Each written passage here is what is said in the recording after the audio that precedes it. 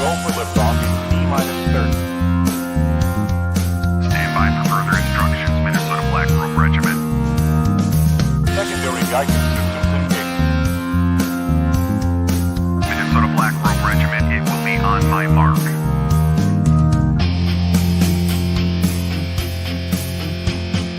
All systems are a go. All systems are a go.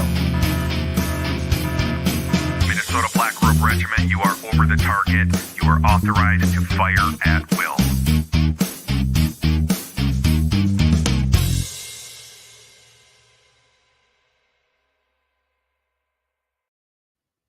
Hey, thanks for stopping. Excuse me, I don't know what that was. Thanks for stopping by my channel, Minnesota Black Robe Regiment. Those of you that are France, I haven't even had anything to drink tonight. Jiminy's. Those of you that might be here because you're friends with Rojo or Travis, this is my channel, and Travis is my guest tonight. We're gonna get a couple of things right out of the way here. Buy coffee. Travis, I will make him talk about it because he has had it. Merchandise. Go to my subscribe star if you would. If you like what I'm doing and you want to see me keep doing it, you can go to my subscribe star and join. There's exclusive content there, and there's more coming out now. Working on a video. I keep talking about this, but it's like a very long video, and editing between doing live streams and work isn't always easy, but I've got a very interesting video coming out with myself and a gentleman who quit his Senate campaign in the Southeast to go and join the Ukrainian army to fight against the Russians. At least that was his plan. I haven't heard from him for a while, so I'm assuming he went. But he used my argument to try and convince him to not go with some people and convince them not to go. So I don't know what to tell you. But anyway, like, comment, and share this video. Hit the subscribe button if you haven't done so yet. And while you're at it, make sure you're telling your friends about the content. We've got a lot of interesting conversations coming up this week. A couple of more conversations for my libertarian series. No, TC is not a full-fledged libertarian. I just share some ideology with them in common, and I am trying to bridge a gap between conservatives, paleo-conservatives, traditional conservatives, constitutional conservatives, and the more Mises wing of the Libertarian Party and libertarians in general, because we need to unite. If we stay divided and we split, the left is going to keep winning. So what we need to do is we need to link up with strong constitutional conservative libertarians, constitutionally minded libertarians, and we need to kick the living snot out of the leftist. Politically, socio-culturally, we need to, and we can do that. But anyway, part of that is building those bridges and having those conversations and encouraging people like my friend Travis Bull Johnson, who's running for House of Representatives, and letting him know we're going to back him against even rhinos if need be. So anyway, I'm going to bring my friend Travis in. If I can make this work. I'm having just a day. Hey, Rojo, thanks for doing this.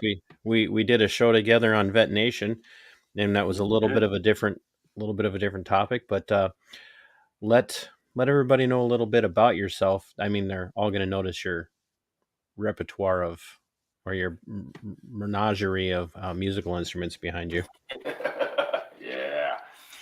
Yeah. So Travis Rogers. Let's see. Spent 20 years in the Navy, retired 2 years ago as a Navy Chief, Navy Pride for anybody who might watch. It's also a fun little bit of back and forth between Todd and I. I don't know what you're talking about. Yeah, I don't know. You just because you know we're better. Yeah. Outside of that, I mean, I've got a couple books, 4 books under my belt right now, working on 3 simultaneously as we speak. Most recent one on the topic of abortion and trying to equip people to combat the really just bad arguments that are out there for why people try to justify killing other people. So you just take non-aggression and apply it all the way to the womb. Oh yeah, it's I mean, if they're human beings, We don't have the right to hurt anybody else. You live how you want to live. Just don't kill anybody else in the process. I got somebody. Jose, you have a question. You can go ahead and ask it. Jose already ready to ask a question, and I don't know. I'm afraid he's going to ask me something deeply personal. I'm kidding. Jose wouldn't do that to me. Your most recent book is about abortion, and it's kind of calling the church to kind of step up and take action, but maybe not quite in the same way that other organizations or other Christians have done over the last few years. Before the show started, we talked about a couple of organizations that are very vocal in even going so far as to picket outside of even sound churches, places like Grace Community out in California, picketing John MacArthur and other places. And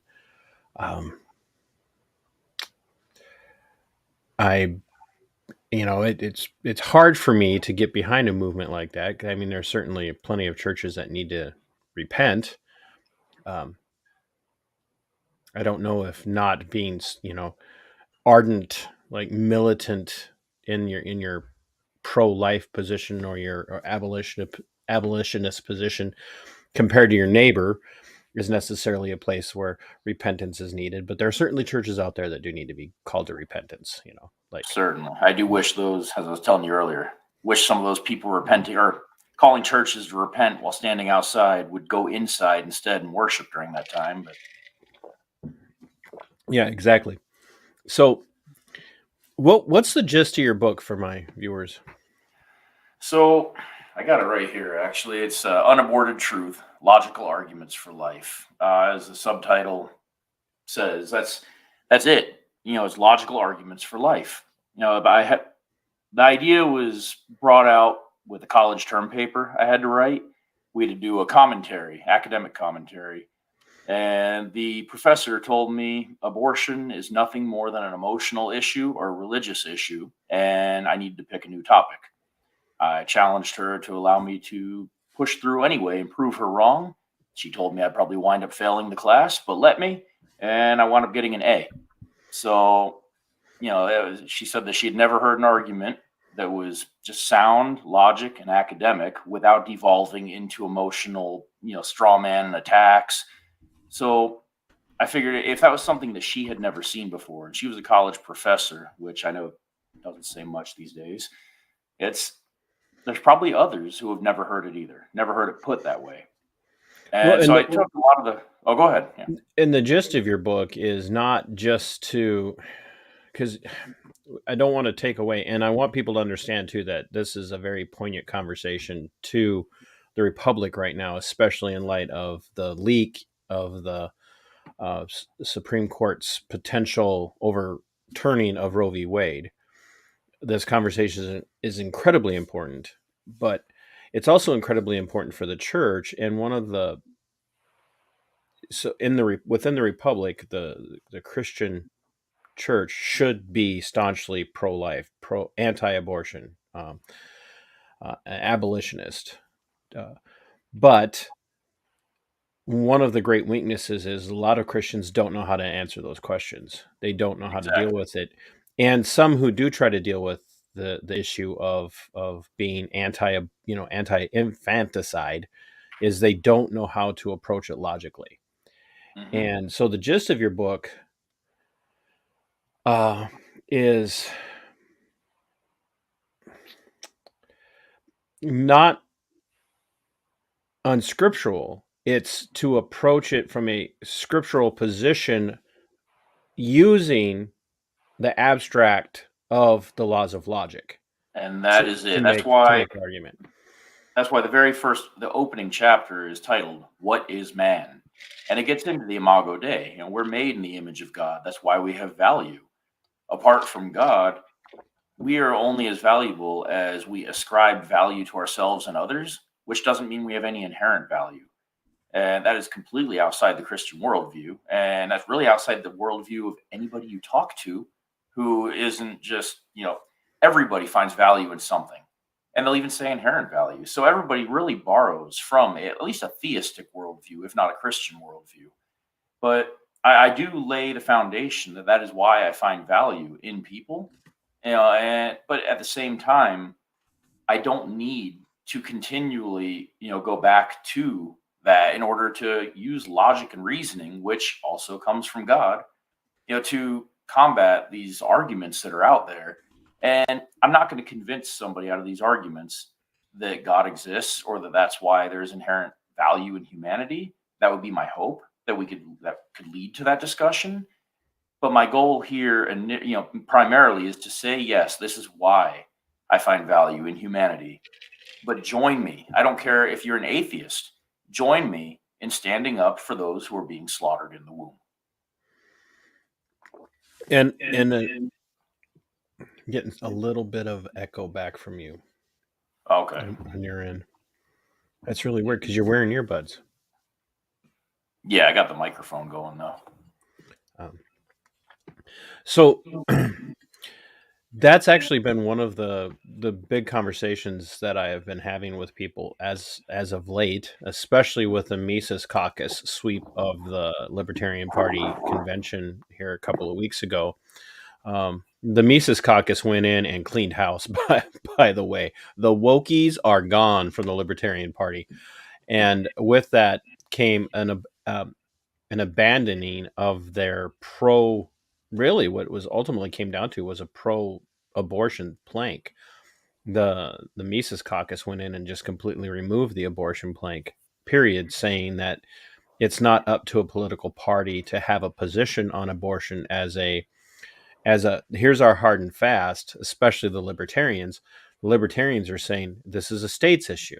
This is an issue where the states need to be determining this, and instead, as a national party, we'll leave it up to the state parties and the individual states to be making those decisions. And that's been a great source of contention for many people, conservatives, constitutional libertarians, is what role does the federal government for the church in the church's mind, and for a lot of Christians, that's a hard and fast. Absolutely 100. And I just had this conversation with somebody else, not just you. It's funny. It followed me asking you to come on and talk about this. This person's hard and fast was, nope, that's the one place where the federal government needs to be passing laws. And I pushed him a little bit on it, and it was a good conversation. It's like, okay, well, but you're small government. And so the question is, you and I agree, life begins at conception. You and I agree that life is precious and needs to be preserved. Where I think we would probably differ is, I don't think that there needs to be a federal law. And in my reasoning for that is not because I'm okay with infanticide. My reasoning for that is ultimately because 98% of the time, when the federal state steps in and passes a law, it's literally almost always, without fail, going to err on the side of the slaughter of the innocent and not on the side of preserving the life of the innocent. Or it's going to be some sort of bastardization of what we would consider the life, liberty, and the pursuit of happiness, where they'll tread all over Christians or conservatives or whatnot to protect the pursuit of happiness of someone else, and it won't be infants.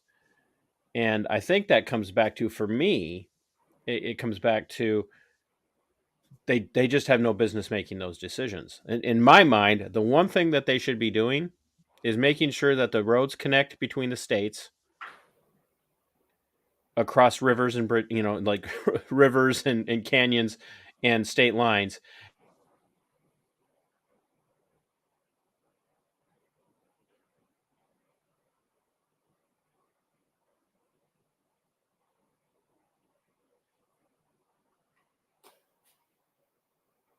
Did I lose you there?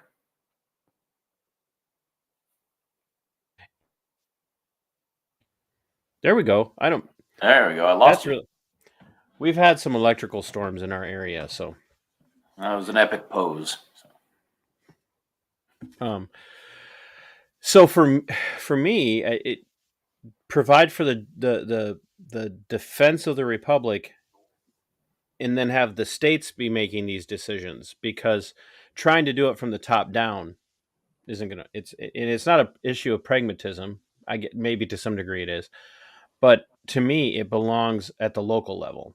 And the more local you can get, great. So if we could turn my little town of 2,600 people into an abortion free zone, nobody's performing abortions here, but if we could turn it into an abortion free zone, great. And then let that spread to the rest of the county, and then to the rest of the region, and then out throughout the state. To me, that's ideal.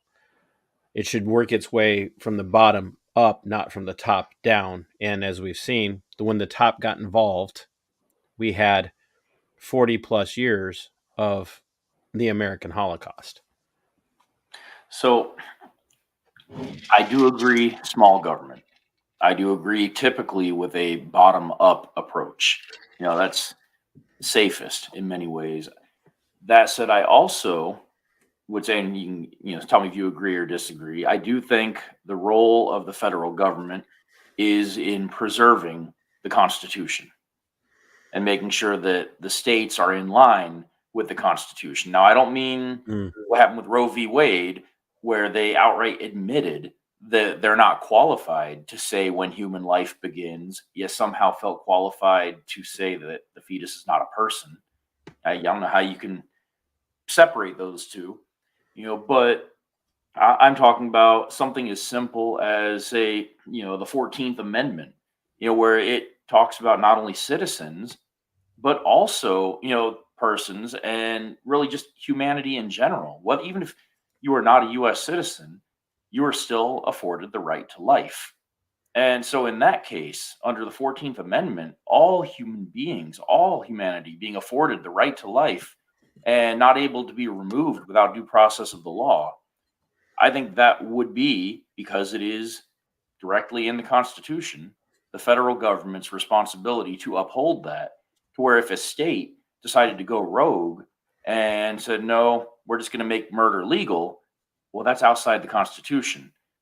So I think it's good to go bottom up, but at the same time, sometimes things need to come top down, in the sense of this, something as simplistic as the basic right to life as outlined in the Constitution.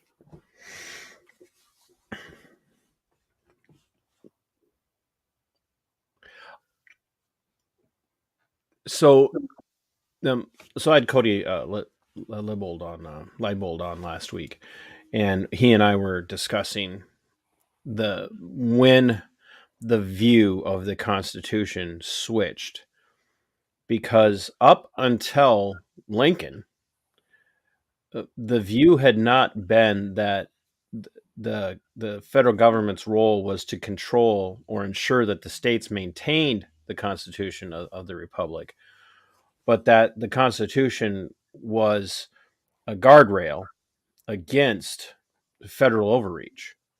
It was meant to keep the federal government from infringing upon not merely the individual, but from infringing upon the several states. I mean, that's terminology right out of the Constitution and the language of the day, that the states ultimately had the authority over the federal government. Lincoln and his misguided power grab, and then later on glomming on and saying it was about slavery, was directly responsible for a switching in philosophy, where now all of a sudden, the federal government is responsible for maintaining the order of the union and making sure the states are following all these regulations. And it wasn't just the Constitution. Is at that point, because the federal government seized the power, the federal government was now able to dictate to the states what you can and cannot do. And there again, that'll be my argument: is great if you can get a pro-life legislature an abolitionist legislature when it comes to abortion, House and a Senate. You can get the White House, you can get the Attorney General, you can get all of that. If you can get them, wonderful. That works out great for our cause. The problem with ceding that power to the federal government, in my perspective, is that can change on a dime. In our and of course that can happen at the state level too, but we have more control at the local level, at the state level. Well, depending on where you live. Here in the People's State of Marxisota, not so much. But that's my concern when it comes to the constitutionality of how we are to approach these things.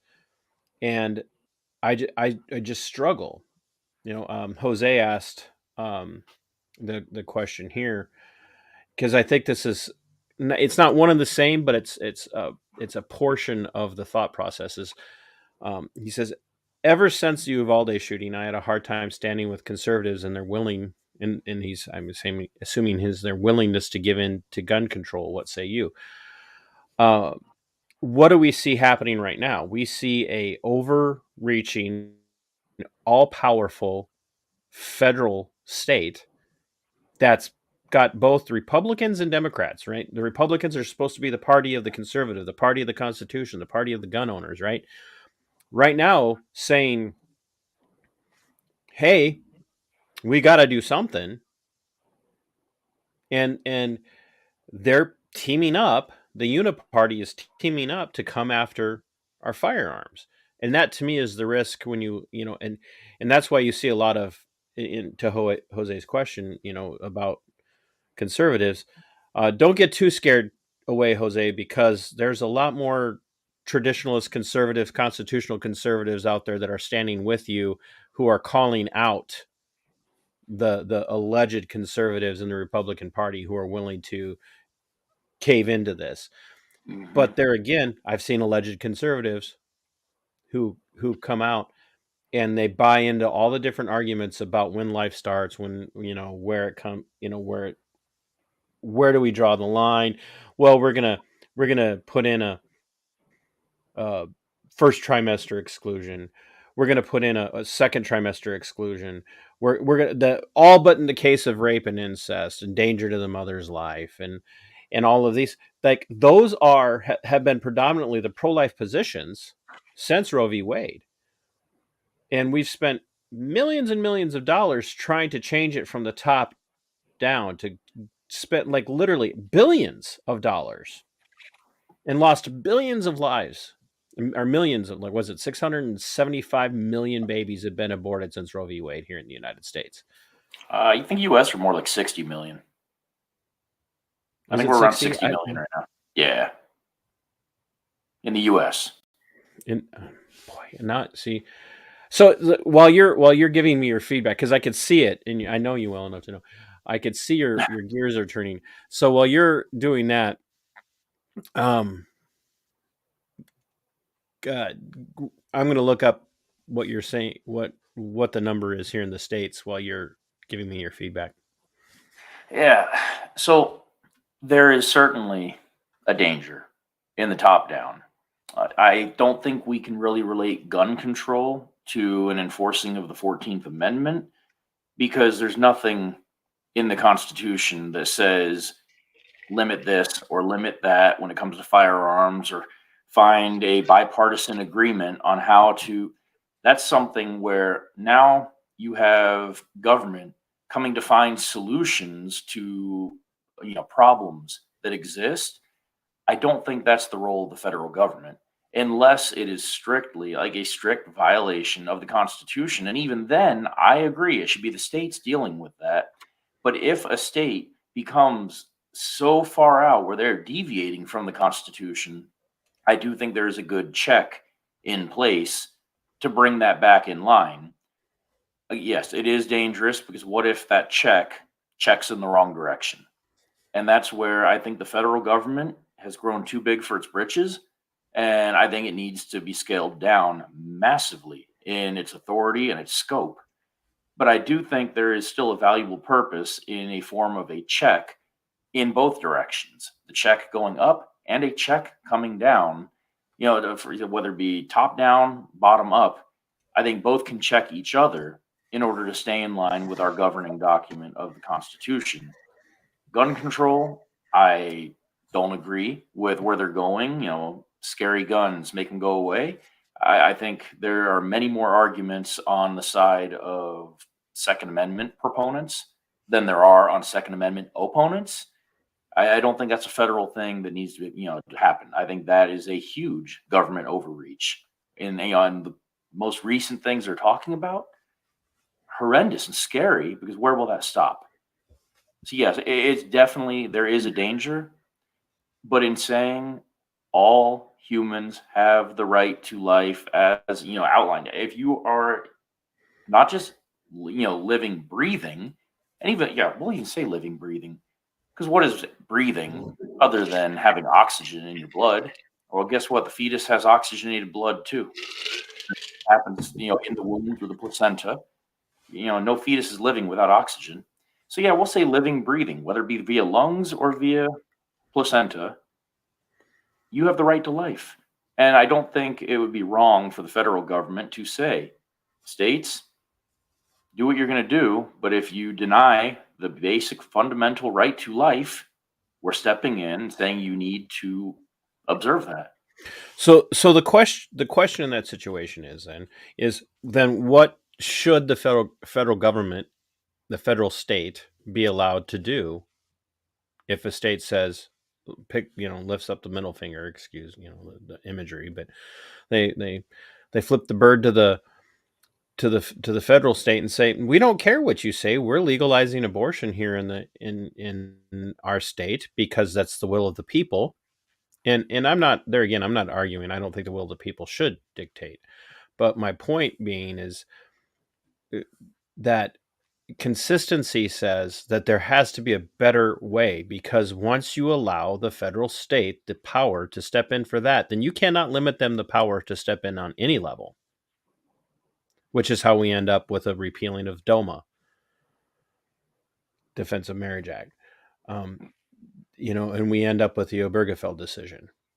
And now, good luck to a state standing up to that and saying, because the argument's going to be, well, it's a right to life, liberty, and the pursuit of happiness. And in a nation, in a republic that, yes, is built on Judeo-Christian principles, and Christians should be pursuing a sanctification of society and culture, not in a Seven Mountains mandate gobbledygook type situation, but we should, through the preaching of the gospel and the application of doctrine and sound theology, should be pursuing those things. We still have an obligation to be consistent and say the power resides with the states, and there again, because just because they might go my way on this one right now doesn't mean it's going to stay that way. And that's what we've seen. The federal government through the SCOTUS stepped in and said, no, you will allow abortion, period, or there will be trouble. And every state caved in. Yeah, although that was, even they admitted they had no idea what they were talking about. And therefore, I think it was an unjust decision that was irresponsible and reckless to the highest degree. Because how can you say, I don't know? It's like, I don't know what a woman is, but then I'm going to go vote and pass things on women's rights. You don't even know what a woman is. How can you bother to be qualified for that? Same thing. If you don't know when life begins, how can you possibly make a decision about human life? And so it was irresponsible and reckless from the beginning. I think that was also an overreach in the way it was done.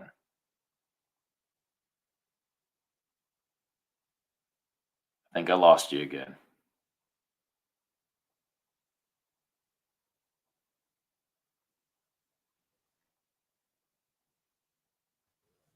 I don't Oh, know there you what's going on. I have no idea what's causing this tonight. I agree. The Supreme Court finding a constitutional protection for abortion in Roe v. Wade was an atrocious miscarriage of justice, which is why I tell people constantly, just because the Supreme Court or the courts rule on something and say, oh, hey, this is what this is, and therefore it's constitutional, doesn't mean it's constitutional. And so when you look at Marbury versus Madison, and that decision is any law repugnant to the Constitution is therefore no law and should be and I'm paraphrasing, should be disobeyed. But this is where, for me, we come into the issue of nullification. I believe that the states and even like the local cities, let's imagine a city, like you live in a pretty hefty populated region. Yeah, I mean, my small town, not so much, but DC is just an hour east of me. Yeah. So it's an hour and a half for me from here to the Twin Cities. But now we both know that Washington, D.C. is not going to just decide to be pro-life tomorrow or anti-abortion tomorrow, or in neither are the Twin Cities. But,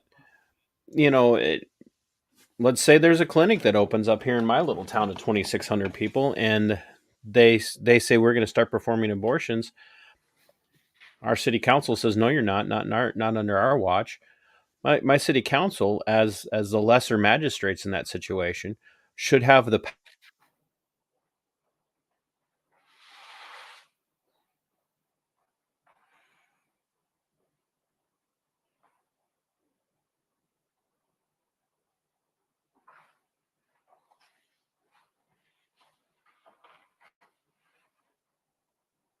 power. There you are. If that happens again, keep talking, because for some reason you're still coming through. Oh, okay. So that local magistrate has the power to tell the next step up, no, we're not following this, and you're not coming in here to enforce that. And so nullification, I think, is a far better tool than the top-down pursuit. Now, am I happy? Am I going to be happy to hear the Supreme Court decision finally? I mean, if any of the justices make it out alive, because they're doing their level best to hunt them down and kill them. I know, right? And I'm not overreacting. They just arrested a guy outside of Brett Kavanaugh's home with fully armed. He was good. He was going in to kill him. And so they're human beings. So I would not be surprised if they get scared off and say, well, we're going to back down off of this. That's not nullification, by the way. That's intimidation. But I really do think nullification is a better way to go about this. And we've seen this play out in the conversation about the legalization of marijuana, not just decriminalization, but the legalization of marijuana. We have watched that happen in the United States, as little jurisdictions and in some states even have told the feds, we're not enforcing your federal law anymore, and we're not going to allow you to come in here and enforce that anymore.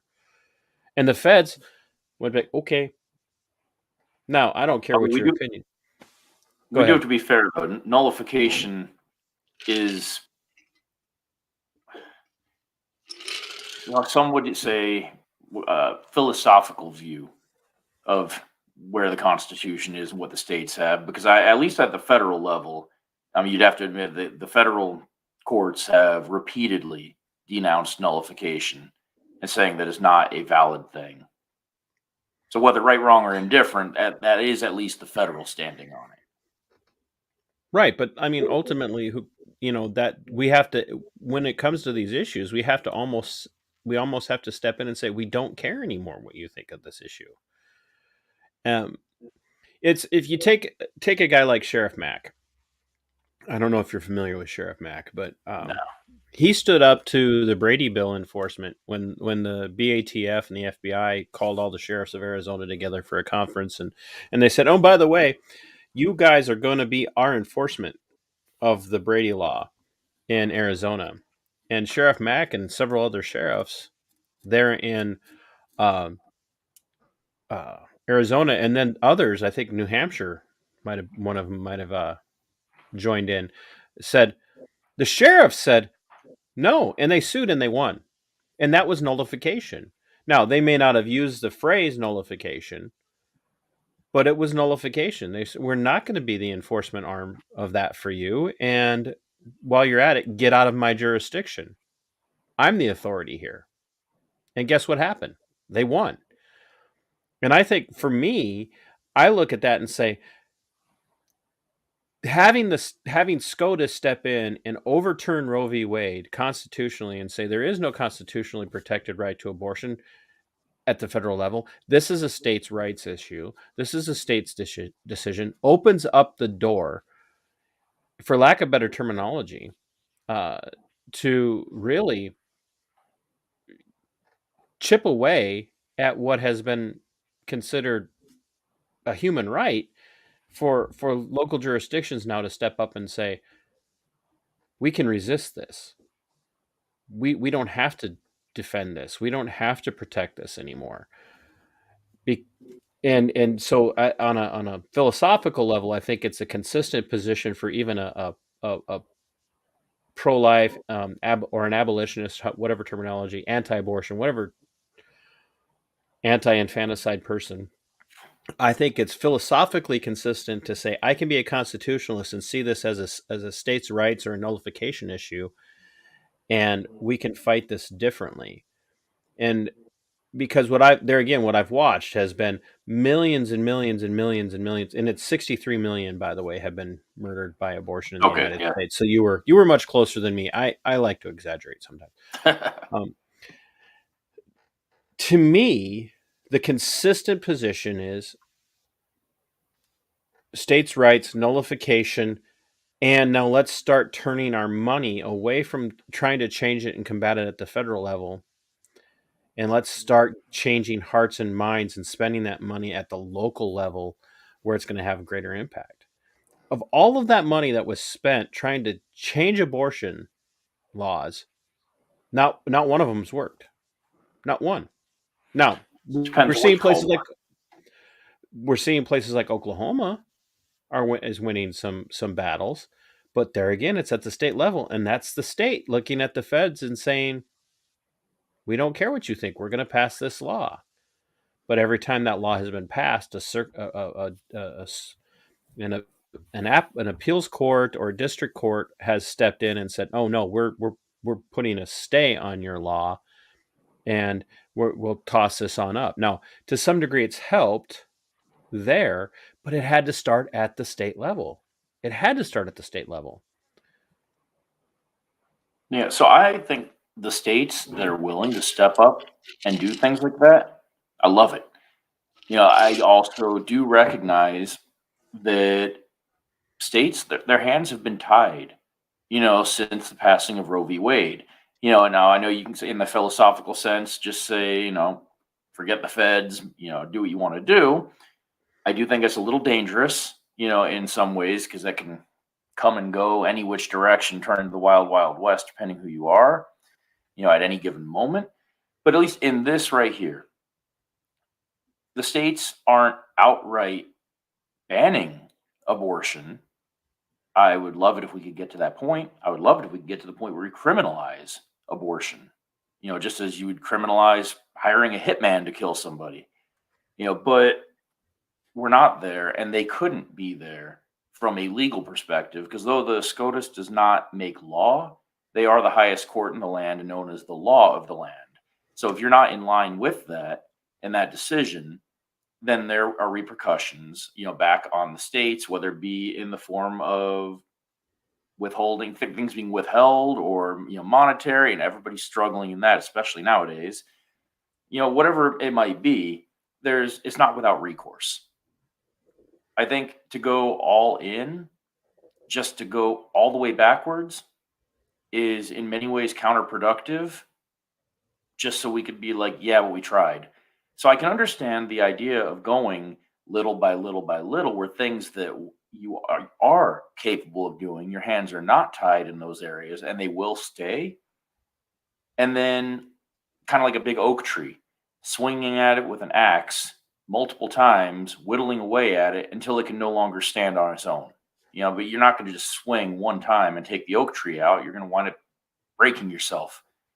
So I also understand that perspective of at least trying to. You once had a saying, that was not related to this, but if even only one. You remember that? Yeah, yeah, I still believe that. I just Yeah, haven't. and I take that and apply it to this as well. You said it hasn't worked, but I guess we'd have to define what it means by working. Because if even only one life is saved, then I think now I'm not saying take away guns and ban guns for people if it'll save a life. I think that's messed up. Heard your podcast on that, and I agree with you on that with the red flag laws. You can save them all, but I still wouldn't agree with it because it's a violation of the constitutional rights that we have. It's not how you solve problems. I agree with you there. But in this case, it's not a violation of the Constitution to enact whether it be heartbeat bills or whatever trimester. It's far from sufficient. But if it saves even one, I will take it in the interim until we can make that normal, or then go for the next step. But if Roe v. Wade gets overturned and it goes back to the states, there is no more excuse. If any of that stands while it's at a state level, then I said, rhinos earlier. Well, I call people that if they still go that with incrementalism at that point, you're a plino, pro-life in name only. If it's truly given back to the states and overturned at the federal level, anything short of all-out ban, I think is inadequate. And you could have gone further, and you're going to show your true colors, and that's where we're going to separate the wheat from the chaff. But I think it's telling, though, Trav, that there's nothing in federal law. There's nothing in federal law that guarantees abortion. There's funding.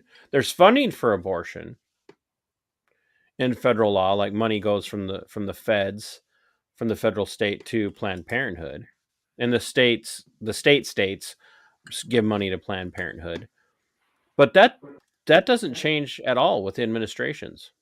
But when I you say mean, law, you mean legislation or Supreme Court decision? I mean like actual law. Supreme Court decisions Okay. aren't law. No, they're not. I'm just gonna. It's law of the They're land. Yeah, it's not law. and so what I see or what I struggle with is that the pro-life movement has become basically incrementalist, and like everything else that the conservative wing of the political movement in the United States has done, is that the further to the left the rest of the country goes, the incrementalists get pulled to the left with them. So right now we're like, okay, heartbeat legislation. As soon as that heartbeat's detectable, okay. Well, um, we're going to agree with danger to the mother's life. We'll agree with you on that. Okay, we're going to agree with you on rape and incest. And to me, that's where the money has the money that's been spent hasn't really done anything. I can't answer. I don't think anybody philosophically or even tangibly can answer if that money's actually saved a life or not. I don't think we can say that, because that's been the argument for a lot of, even I've heard libertarians say this. Dave Smith and Robbie Bernstein from Part of the Problem have said, okay, so this gets, and I could be wrong in that it's them, but I'm pretty sure that there were some of them that talked about this. They said, great, so this decision comes down and your state makes a decision to ban abortion. If you want an abortion, find a state that does it. Now, I don't mean that they're encouraging that, but what they're saying is people are panicking and they're acting like this has been some sort of massive win for the pro-life movement. The left is portraying it that way, which is why there's been this, this radical hunt for all of the conservative justices, in that people are like, oh, you're killing these women. I'm like, which has been ironic. You're killing these women. What? But that's been the story, is that even a state like Oklahoma, if they pass their legislation, You can drive over to Texas, by the way, a conservative state, and still get your abortion. Or you can, hop across the border to Kansas and still get your abortion. Or hop up to the formerly conservative state of Colorado, which is now Comirado, and get your abortion up there. And there's nothing that's going to prevent that. And that's why, murder is murder. And I think we can all agree with this. Like, abortion's murder, right? Yeah. Which is really why we already have laws on the books in the states that cover that.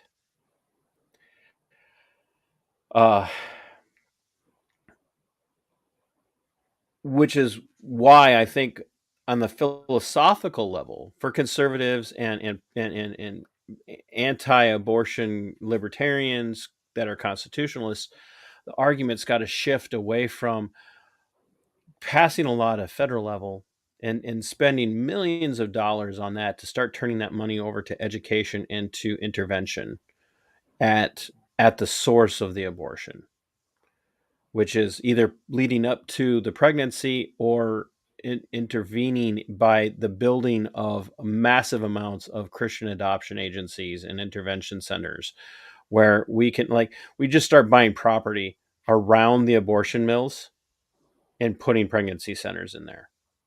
And it sounds crazy because a lot of that property would be, hard to get to. But my point being is there are ways to do it. I've ministered outside of an abortion clinic in Iowa, and one of the organizations in that area would keep a portable crisis pregnancy center vehicle just a block away, and people would direct them and go, look, the women would come up and say, I really don't want to do this, but I don't know what my options are. I don't have any choices. Oh, so would you consider talking to someone? Yes, absolutely. They're right over here. Yeah. That to me is a far better investment of that money than it is to pad the pockets through of lobbyists who ultimately are just not even really doing a good job. So to me, I do understand awareness takes money. Just look at any campaign. Typically the one who has the stronger fundraising is the one who has the best shot at winning. It's not right. I'm not going to pretend it is, but it's reality. I don't think too many people would argue that one. So, to bring awareness to somebody takes money. To bring awareness to something takes money. So I can't completely discredit the movement does take money to bring awareness. We've seen the numbers of abortions decreasing, pretty much more or less every year. If you just look at trends, the numbers of abortions that are happening, the world is getting more and more wicked, but abortions are decreasing. And I think that is largely, nothing I can prove to say this is the sole thing, but I think common sense should dictate that it's largely in part to the vast amounts of awareness that are out there now. And the movement that has been growing and no longer just hiding in shadows. Is there mismanagement of funding? Probably. Any organization that grows big or any movement that grows big is going to have mismanagement somewhere. But I can't completely say that funding shouldn't be there and it hasn't done anything, because that kind of level of awareness, it gets expensive. And we do see the numbers decreasing. So I am inclined to think it has had some impact in that sense. Do I think we should focus on more ground level? 100%. There's an organization, Save the Storks. Absolutely love them and support them. They do the same thing. They have their stork buses, is what they call, and they go to facilities where they can give ultrasounds for the mother right there. I think that is a huge thing that I would love to see more investment in. It's sure, I can do my birthday Facebook fundraiser for them, and I can get them $5, but it's not going to get anything. Nobody cares about you getting old man. I know, right? Yeah, I think there is more we could do, though. I would love to see more at the local level with crisis pregnancy centers or Stork Bus or other similar type of ministries or organizations that are out there on the side of life willing to help women and meet them where they are.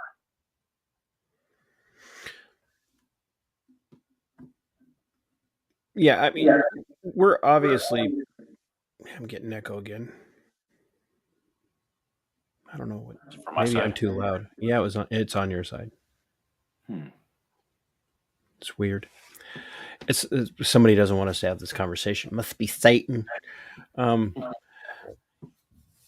If anybody doesn't get that reference, you need to just look up the church lady on Saturday Night Live.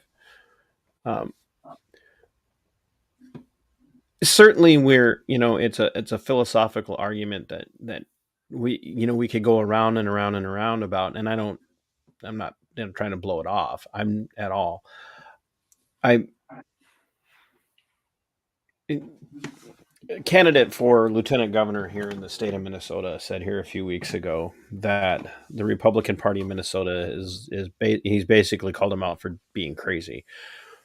He said the Republican Party keeps doing the same thing over and over and over again here in the state of Minnesota, and they keep getting the same result no matter what they do, but they keep doing it expecting a different result. And of course, we've heard the old adage that when you keep doing the same thing over and over and over again and expect a different result and it doesn't happen, that's just the very definition of crazy.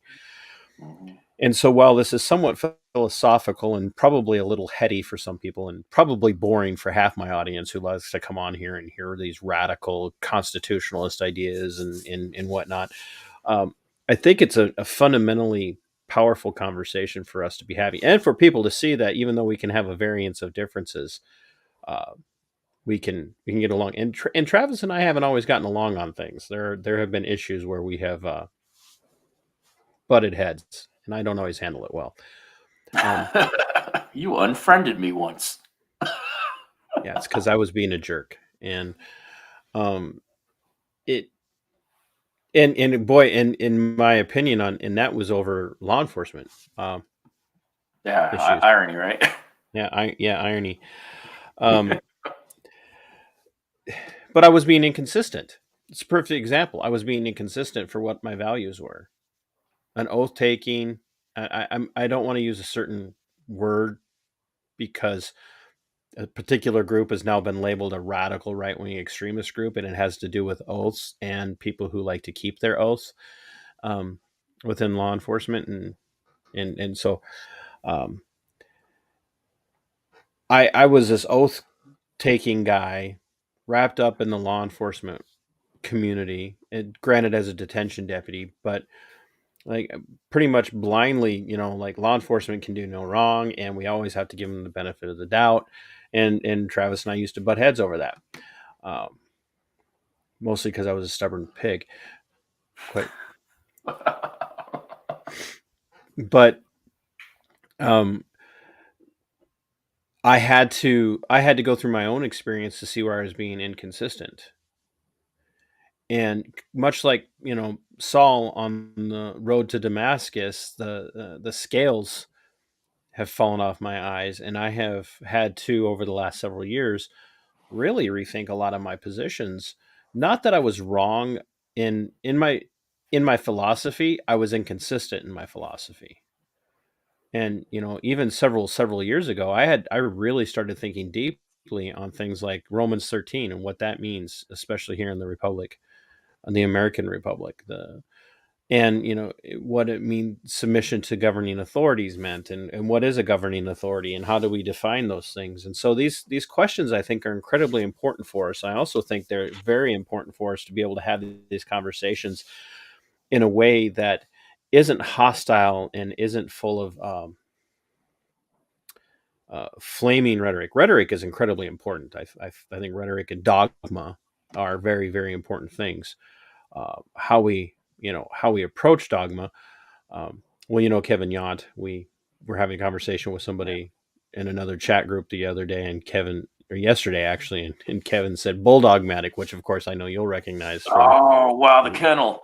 Yeah, from the kennel, which was a great place for us to have conversations, because they really helped us all, everybody in that group who have moved on from the kennel and become better people for it, and are still dogmatic. So things like rhetoric and dogma and strict adherence to doctrinal and theological positions are incredibly important, just as philosophical political views are incredibly important. But what we have to be is consistent.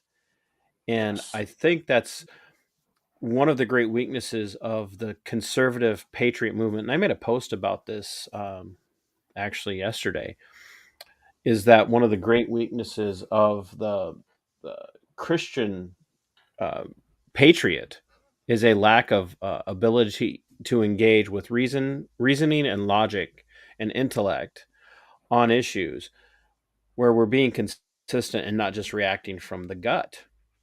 I think that's an incredible weakness because Christianity, by and large, has become dumbed down.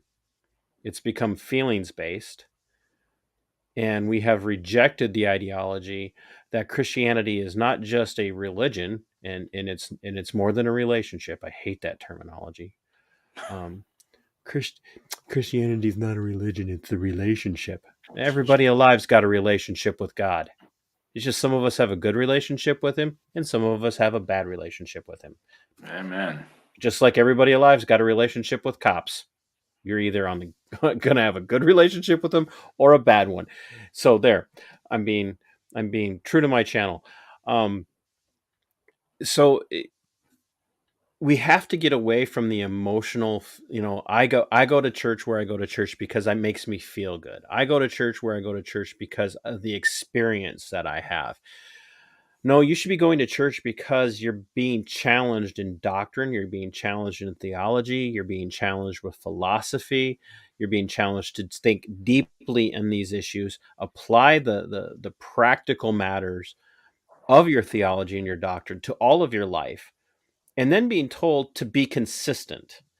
And that's where I think we're lacking, and which is why I struggle some with the pro-life movement when you've got people like, what's her name, uh, she used to work for Planned Parenthood, and The Abby Johnson. yeah, Abby Johnson, who was like, "Oh no, I'm pro-life now, but we can't call abortion murder." Yeah, I disagree with that. Yeah, we can't call, and you shouldn't use the term murder to a woman who's about to murder her baby. Why? Well, you might make her feel Why? bad. Well, she should feel bad. Yeah. But when you say that, you're a radical. You're an extremist. Where do we hear that? Constitutionalists now are radical extremists. You know, it, school board parents showing up at school board meetings are radical extremists. I so so I what I want people to hear is that, like, so Travis and I probably aren't as far apart philosophically on this as some people might imagine with Travis's position, saying, "Hey, I think the best way for us to handle this is at the top, and let that bleed down um, through enforcement, for lack of better terminology." We're probably not as far apart on this as some people would assume. But I know that the thing that we agree on is that no matter what position, whether it's a top down, or a bottom up approach, which is where I'm at, the thing that we need to be better about is consistency on this Yes. issue. So, what, Travis? How do we have that conversation? How do you have that conversation with the person in your congregation? It's probably not a problem in your congregation. Um, uh, not your. I don't want people to think it's your congregation. It's where Covenant you would, Reformed Baptist Church in Warrenton, Virginia, where I attend, is where you attend. very, very solid. I'm blessed to be a member. Yeah. But we all work with that conservative says, "Oh yeah, I'm pro-life," and you look at him and go, "Do you think abortion's murder?" Well, no, it's not murder. How does Travis have that conversation with somebody? It's really not that difficult. I mean, you ask, well, what is murder? And it's the intentional killing of another. You want to go back to, Hebrew words, and it really deals with the intent of the heart. If the intent of your heart is to kill another, then yeah, you've committed murder in your heart. You then go and actually kill another, in this case, your own child. You have committed murder towards your child. Whether you believed that to be a human being or not has no bearing because you did. You killed another individual who was innocent. That is the very definition of murder. You don't have to agree in order for it to be so. So I just discussed about it. What is murder on a very fundamental level? And it's easy to point out how somebody who says, no, that's not murder, is really only because they just don't want to believe that it's murder, not because it isn't actually. We had a trickle of viewers and we've lost them all already. That's clearly bringing up the term murder has driven people away. Uh, what about do you think that it is too harsh or too heavy-handed in being consistent to look at that at a person and say, look, I know we both agree that abortion is wrong, but how are you going to address this? Do you call the doctor a murderer? Because people would say, well, if you call the doctor a murderer, then that means you believe the doctor should be charged with a crime. Yeah. Do you call a hitman a murderer, or do you just call the person that hired the hitman, or do you call them both? One is complicit and one is actual. Complicit was that was like the buzzword just, was it a year or two ago? Everybody was complicit in something. No, just this last week, we've heard a lot of it. Yeah. On Yeah. primetime broadcasts of a particular situation. So, and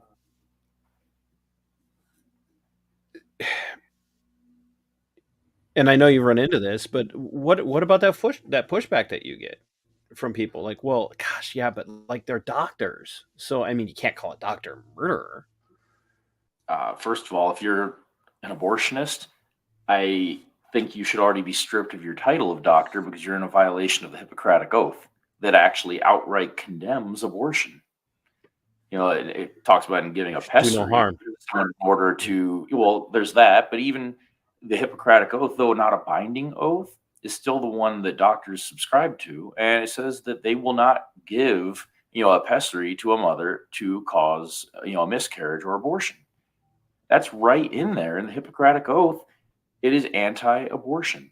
So if you are now going out, not only violating the Hippocratic Oath, but also causing irreversible harm to another, you are an abomination and a mockery of the term doctor. I mean, it doesn't even fit. So somebody can have the title and they can have the degree, but it doesn't mean they have the respect earned from that title or that degree if they're willing to do that, because they're in opposition to the very thing that they swore to protect. So I think it's not, I don't go out to the abortion mills and just start calling all the moms going in murderers. I think that's also counterproductive. It's going to turn them off. I think they need to hear the gospel preached. They need to hear hope.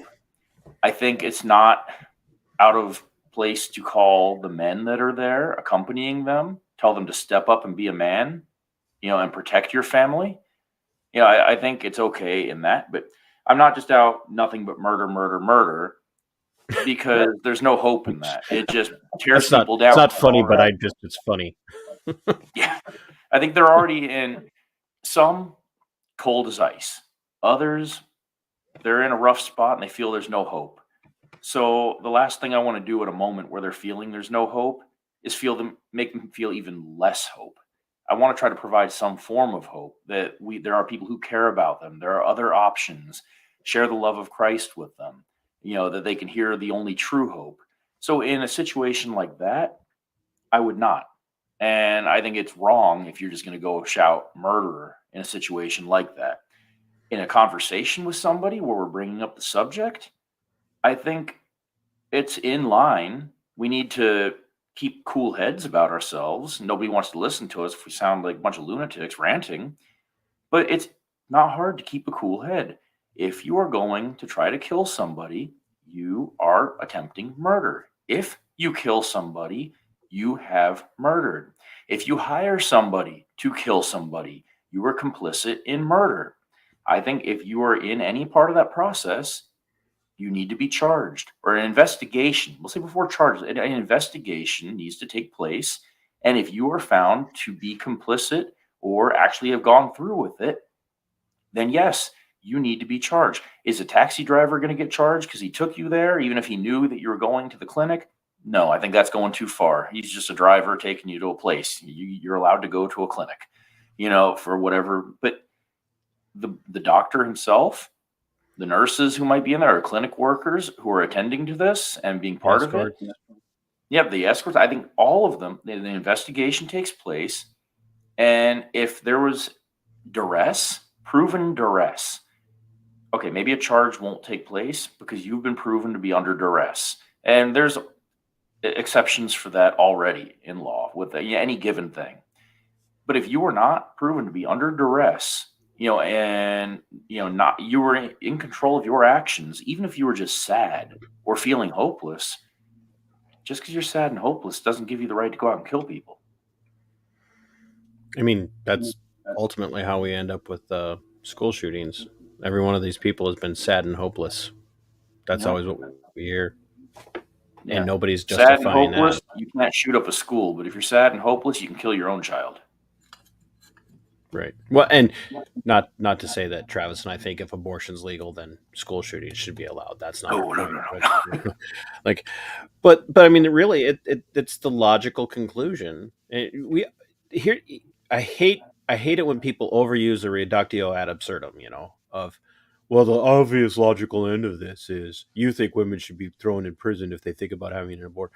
No, but we can take that reductio ad absurdum to look at this and go, let's see here. Not that there were never any attacks on any schools ever prior to Roe v. Wade, because there were a couple of situations where that did happen. Back in the early 1900s, a guy blew up a school because he was mad at his town. But what have we seen increase in the United States almost exponentially since Roe v. Wade? I don't know. A devaluation of life, which has led to an escalation in schools getting shot up. Sorry, drinking at the wrong time. No, you're fine. Sometimes I take a drink just so I can shut up and give my guest a chance to talk. But that's really where we're at, and is that we have to focus on and understand that the conservative constitutionalist Christian, who is a patriot, who really, especially those of us who have taken the oath and swore that oath, that's something we carry with us for the rest of our lives. I know that even though you're retired, that's how old he is. Travis is retired.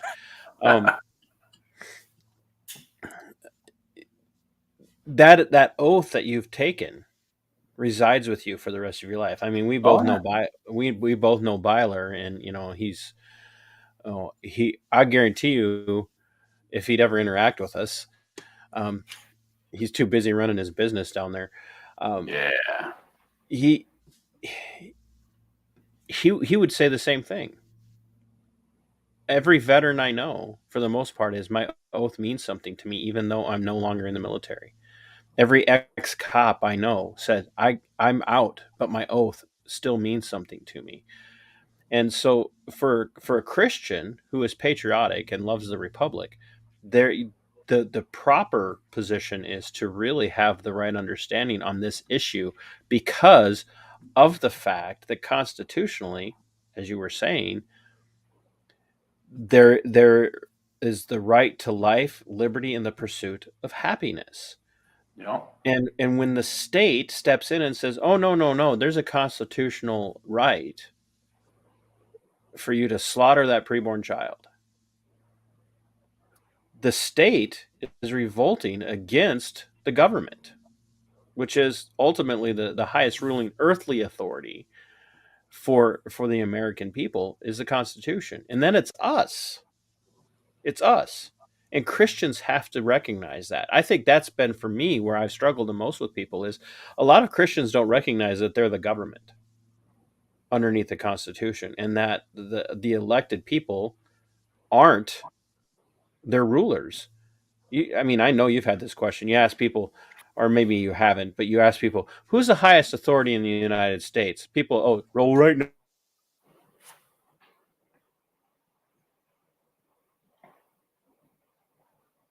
Oh, I lost you again.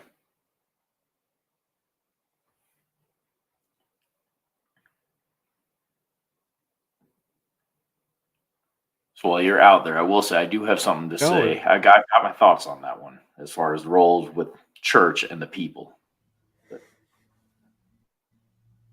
I didn't hear what you were saying, but go ahead, keep going. Okay, well, that's so much for you can hear me and to keep talking. Well, before I could, but keep going. I don't there again. At least it waited for a while this time. Yeah, no. So that's something you mentioned Romans 13, a while back earlier on in this. And I think that's something that people need to understand. They say, well, Romans 13 and submit to the government. But back then, in biblical times, the government was the end all be all. There was no constitution. You submitted to that or else.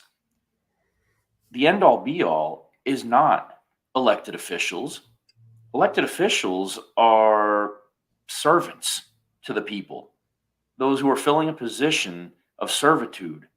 I think we need to go back to that and maybe not make it a lifelong payroll, making bank and being richer than everybody kind of situation, although I'm okay with compensation. But ultimately, the Constitution is our highest authority in this land. And if you have a governing official who is in violation with the Constitution, or we'll go take a different route, making overreach into the church. If for the case of shutting down churches and you can't sing and you can't congregate, can't meet, the government had no right to do that. Why? Because we are protected by the Constitution. And for an elected official or anybody in that capacity to come and say we could not do that, I don't recall anywhere where it gives you authority to do so other than you just assuming it upon yourself. So that's where it is different than biblical times, because we have the Constitution as the highest authority in this nation. And we fall under that, which is where our rights they don't come from that. They're enshrined the there. rights that come from God. Yeah. And they're enshrined there, and they work as a fence. The Constitution works as that fence against the government. Yes. There again, against the state. Excuse me. Sure. Against the state. And I know people are like, well, what's the difference? I've been making that distinction now for a lot of reasons on a lot of topics, because people do seem to forget, and that's where you look at the way. I mean, there have been a ton of videos out there now by people who never intended to be First Amendment auditors, who are now out there First Amendment auditors outside of abortion clinics, where the state has stepped in and has cracked down on these people and said, "Oh, well, you don't have the right to do this. What you're doing is hateful. What you're doing is dangerous. What you're doing," and I mean, people have been arrested for it, and charged, and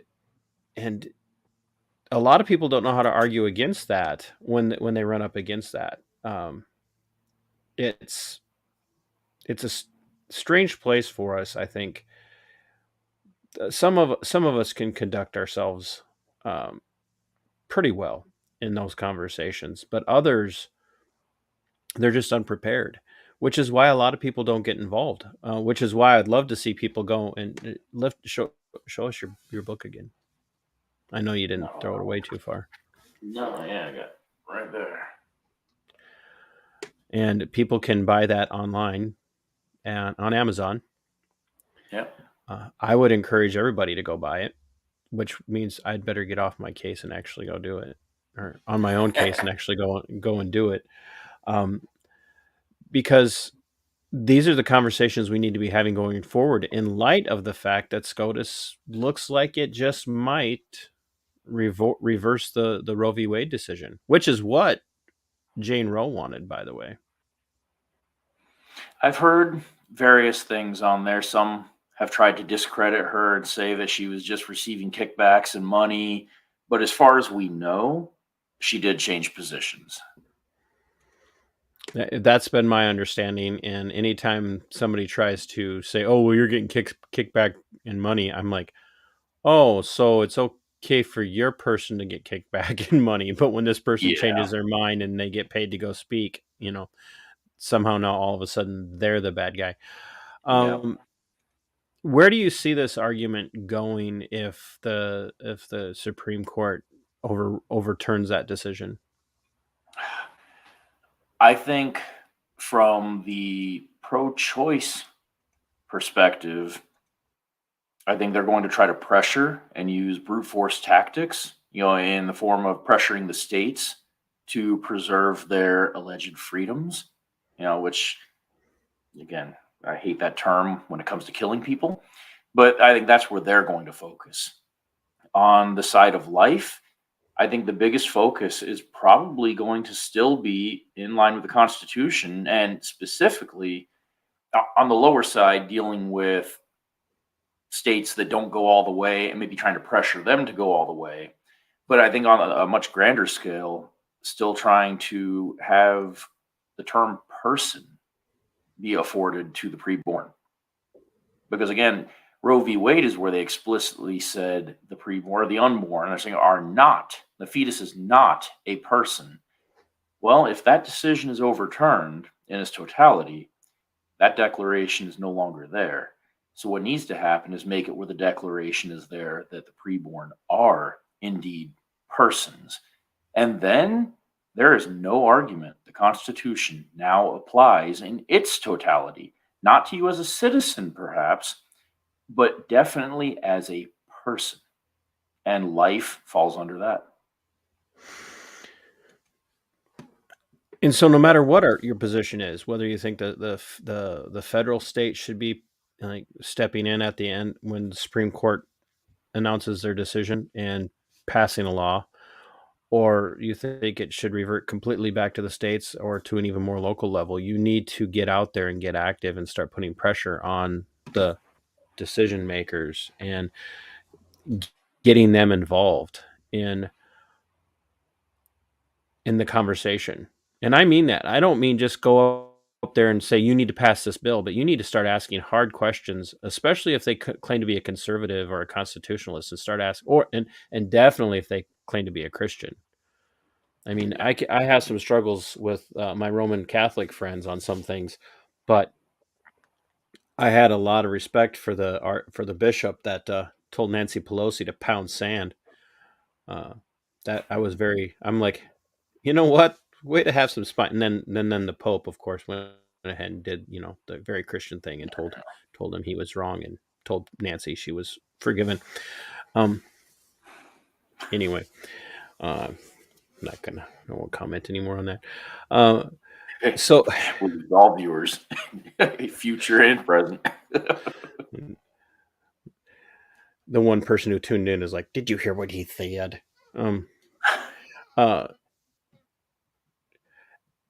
You need to be having this conversation with the conservatives who represent you, that you vote for.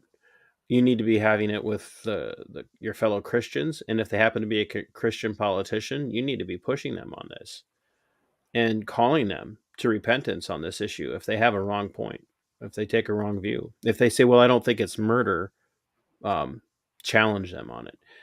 If they say, "Well, I don't think that we should be making that decision for people," and don't get sucked into this ideology. And I know, Travis, you'll have something to say about this, of forcing a person to get the jab to forcing a woman to carry a baby to term. They are not the same thing.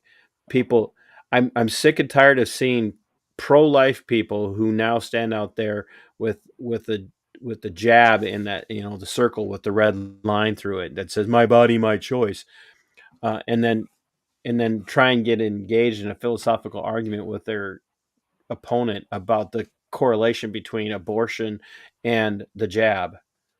Like that's just a stupid, it's a non sequitur, it's a rabbit trail meant to throw you off. That's my view. I don't think they're at all, there's no corollary between them. I don't know. What do you think, Trevor? The only tie-in would be to go back to what we said when we opened the episode, non-aggression principle. In that sense, my body, my choice. I think there is something to be said about that. But the reason abortion is different is because it's not just your body you're talking about. You're violating another's body. It's the worst form But I of do aggression. think it's a bad Killing your own argument to child. use. I think it's a bad argument to use because all it does is take the opposition and be like, oh, so now you support my body, my choice. Okay, fine. What if I say you don't need to get the vax? Now you can go ahead and support my right to an abortion. And now you're back into a Precisely. corner. Exactly. And that's been one of the reasons why I will not get into that philosophical Kafka trap. Ultimately, is what it is. Is one of those things. You gotta play smarter in warfare. Right. You have to be playing chess, not checkers. Yeah. Yeah. And that's been part of the problem. Is too many Christians philosophically are out there playing checkers, and their opponents are playing chess, and they see you coming from a mile away. They're like, here we go. We're gonna, and they set you up, and you fall for it every single time. I'm sorry, but that's Christians, Christian conservatives, Christian constitutionalists. You guys have got to get a lot better at this. You need be equipped. Who was it yesterday? Well, Larry had said something. Just had somebody ask me a question about depth, and I said, look, no, Christianity is a religion for the philosophical person, and kind of went back and forth. It was This was a gentleman, not a lady. This is a gentleman, and it was just kind of going this ideology that Christianity is just a simplified life, that somehow you become a Christian and you get to remain ignorant. And there people who might have some learning disabilities and other things that absolutely keep you from engaging in the philosophy of that surrounds Christianity. Absolutely. But for the most part, that's not the problem with the church today. That's not the problem with Christianity today. Christianity has become escapism. It has become easy believism, and people don't want to engage in apologetics. And this is an apologetics issue. The issue of the Constitution, the issue of states' rights versus federal control, the issue of abortion is not just merely a gospel issue. And that's there again, I had that conversation with Grant Van Brimmer. Gospel is not the answer to everything the way people make it out to be. Is the gospel the answer to man's problem with God? Absolutely. And the gospel will change people. But it's not like, oh, just go preach the gospel. Sometimes you have to engage with people on an intellectual level. And if you as a Christian are not engaging apologetically, and that doesn't mean to say, I'm sorry.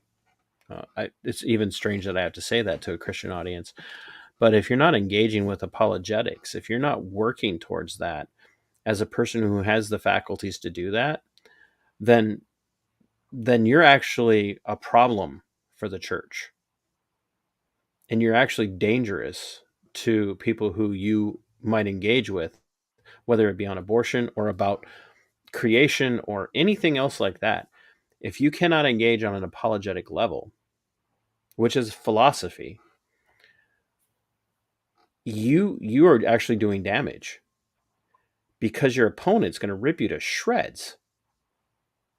And they're going to make you look a fool, and not look a fool for Christ. They're going to make you look a fool because you are just a fool, because you haven't invested in the wisdom and the knowledge and the intellect that is contained within Christianity, which is why Travis's book, and his other books, by the way,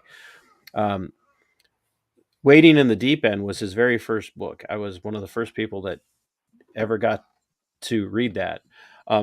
And not in its normal book form. It came in a binder about this big. I think it came in 5 boxes.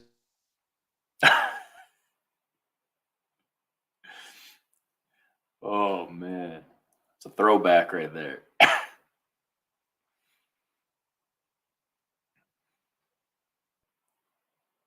right, let's bring you back in here.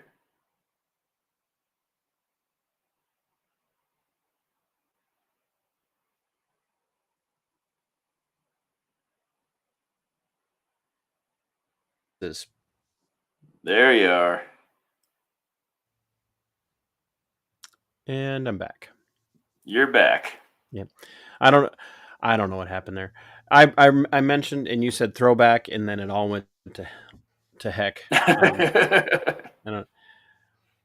But Yeah, so with that, that's why I said I started with the Imago Dei. What mhm, is man? But then I move into the very next chapter. It's titled "Keep Religion Out of It." It goes into the common pro-choice objections, and the one I start with is keep religion out of it. Okay, right, if we're talking in evangelism, yes, I want to always go back to the gospel. I want to have a biblical center and keep returning back to that. But if we're going to have a discussion and I just say, well, the Bible says, you're going to say, well, I don't believe in the Bible. And I have nowhere else to go other than just saying, but the Bible says. And they're going to say, look, we're not having this conversation. And then I'm going to miss an opportunity to have a discussion that can stem from a biblical right. worldview, utilizing logic and reasoning instilled by God to try to persuade somebody using philosophy and wisdom that stems from the biblical worldview. So sure, challenge accepted, keep religion out of it, and now let's go ahead and finish out the discussion. You know where I stand on God, you know why I find value in humanity, but sure, I'll humor you. We'll keep religion out of it from here on till the end of the book. Right. And philosophically speaking, even keeping God out of it in the sense of not making it implicitly about the gospel, implicitly about Judeo-Christian values, you are still arguing from God, 100%. because God is the source of logic. God is the source of all wisdom. You can have, and your opponent is borrowing from your worldview to The argue only against your atheist worldview. The only consistent atheist is a pure and unadulterated nihilist. If you care about anything at all, you are borrowing from theism. And they would dispute that. And and that's the thing too, is that in that conversation, as conservative Christian uh, pro-life people, don't look at the atheist who is, or the other alleged Christian who is pro abortion, and say, well, you don't have any morality because you're not a Christian, because you've already lost on that philosophical argument as well, because the scriptures are very clear that everyone has a morality, and some atheists have better morality than you do, frankly. True story.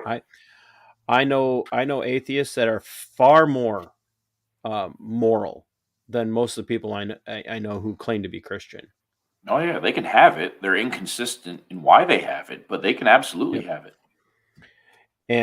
And so that's why there again, books like Travis's book, especially on abortion, and if you want to, there again, if you want to, I'm sure he's got it condensed down to a much smaller version now as far as the amount of space it takes up. But check out Wading in Yeah, the you only Deep get End. two binders now. Two binders for Wading in the Deep End. But really start digging into the questions that are there, and even if you take nothing away from this conversation, even if you walk away from this conversation and it's in for you, it's not even about abortion. It's just about, how do I have a conversation with my left-leaning supposed Christian friend who happens to show up at church with me once in a while, and you want to have a conversation with them about republicanism, not the party, but just republicanism, about the Constitution. Make sure you know where they're coming from, but make sure you know what you're talking about too, and and play chess with them. Don't don't think you're going to go in there and Trump and go, well, not Trump as in the guy, because I don't want to, get my video flagged for saying the name of he who shall not be named. But don't go into the conversation thinking that all you have to do is cite the Constitution and the Bill of Rights, and you've pulled the trump card on them, and now you've got them backed into a corner, because they're going to interpret those things differently than you do. You have to be able to walk into this conversation and know, no matter what you're arguing, whether it's First Amendment, Second Amendment, 14th Amendment, 10th Amendment, all of these things are incredibly important. And should the Christian be immersed in the Word of God? Absolutely. But when we're going to start having these philosophical, logical conversations with people about these topics that are really important to everybody right now, especially over the last 2 years, you've got to be versed. You've got to be versed in these things. Otherwise, they will tear you to shreds. Absolutely tear you to shreds. They will make you look absolutely foolish if you don't know what you're talking about. I just saw a video earlier today. Somebody, I think it was Samantha B. I think she's got some sort of show. She's like a comedian, I guess. I don't know. I don't think she's funny. But some gal named Samantha B. had one of those man on the street interviews, and she had her little dainty little female reporter with an English accent out there asking Americans at some sort of like pro Second Amendment rally to cite the Second Amendment, and not one of them could do it. Of course, they picked and choose the people that they aired. Of course, they picked the people who look like absolute morons, who couldn't cite the Second Amendment, recite it and tell you what it said. But they look for people like that, and those are the people that they put out as being, look, this is the entire movement. You need to step into that conversation and say, no, let's have it, but let's have it logically, reasonably, and civilly. And that's what, I really appreciated you were saying, Travis, with these conversations with people who are going in for an abortion, or even the person who isn't, but maybe they don't know where they stand on it. You don't have to be a jerk. Yeah. You don't have to be a reactionary redneck, which is how they really want to paint us out to be. Give the viewers, the listeners, a thought to end this with on your end. Besides, go buy your book.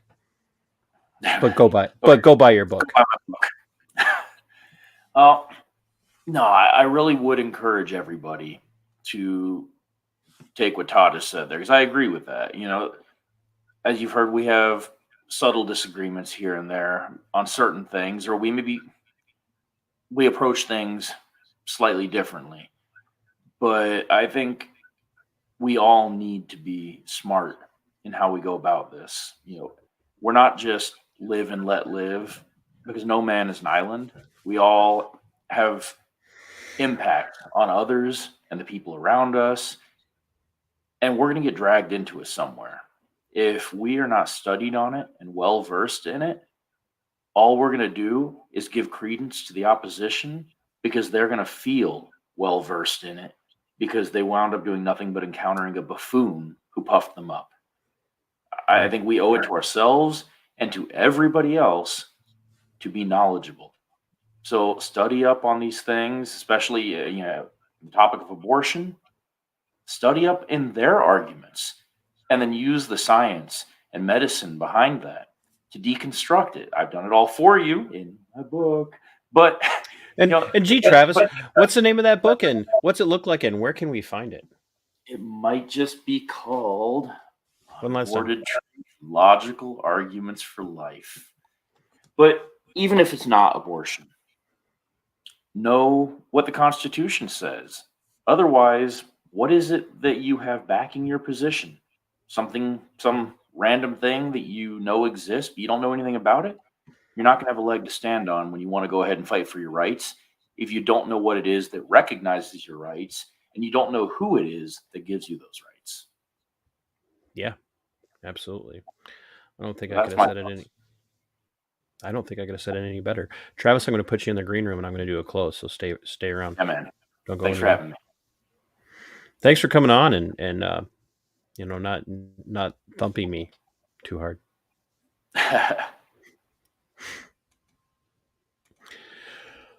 Uh, hey, I know this seems off topic to my channel, but it's really not. And that's why I do these Monday night musings. These are things that we have to be working through. We have to be considering. And, and there again, I don't think that we're as maybe as far apart as some people might see it. Um, I do think there's a consistency that we have to be consistent. We need to, and I've been saying this over and over and over again, especially like since November of 2020. I had brought up the issue of martial law. Everybody was panicking during 2020 that their governor or their mayor or whatever was going to institute martial law, and they didn't want it.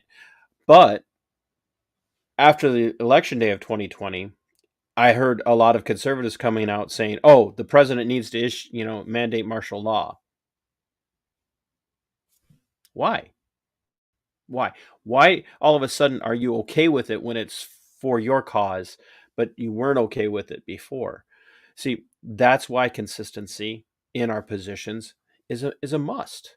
We have to remain consistent, even if it's uncomfortable for us. I cannot say enough how much Travis is absolutely 100% right that you cannot have these conversations with people if you are not prepared. And there is no excuse for you to not be prepared. There are plenty of people out there that you could talk to, that you could work with, that you could engage in a conversation with, who know these topics inside and out, who could help you prepare for these conversations so that you're able to have them with other people, so that you don't have to constantly just be pointing people to podcasts and shows. Like, no, please keep pointing them to my show. I would please do that. I want you to do that. But you also need to be equipping yourself to have these conversations. I had a conversation with somebody a little earlier. I need to know more. I need to know more. Well, let's work on getting you there. I think that's really important. How do I identify X? This is how you do it. But let's talk more. Don't just wait for somebody to tell you where something's wrong. Figure out how to spot what is wrong, call it out, and defeat that argument. Rip it to shreds, civilly and politely, but rip it to shreds. Once again, please check out my Subscribe Star. It's worth it. It helps me keep things going. I have 4 different tiers. The lowest level is a $3 a month tier. But it does. Every little bit helps. Just keeps the internet going. Well, not so well tonight, but it keeps everything going, and it keeps the channel up and running. And the other thing I'm going to ask you to do is I and several other Christians and other conservatives are experiencing major suppression in the algorithm on YouTube, where it's happening, because I had them reach out to me and go, "Are you getting any views?" And I'm like, I went from several weeks of every video going up over 1,500 views to I'm barely scratching 85, 90 views, and I have 2,209 subscribers. What? 2,209 subscribers, and I'm barely getting 85 views? There's something wrong there. So if you would, please, the more you like, the more you comment, the more you share, the better this goes out, and the more that it raises awareness for everybody, and then link to other people's stuff.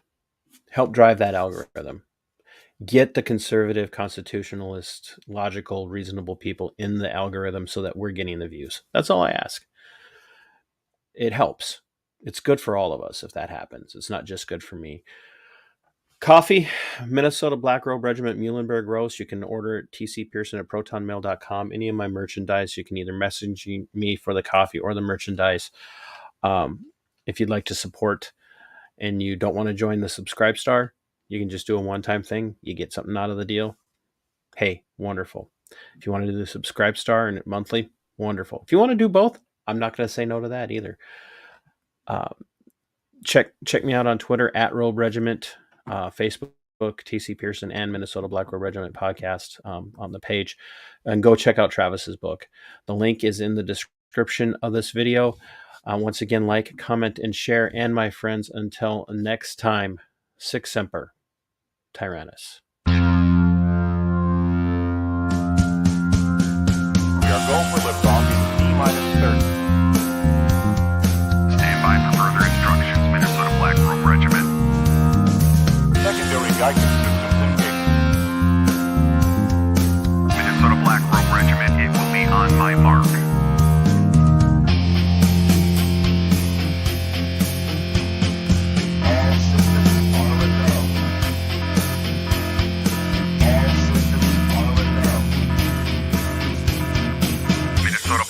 Regiment, you are over the target. You are authorized to fire at will.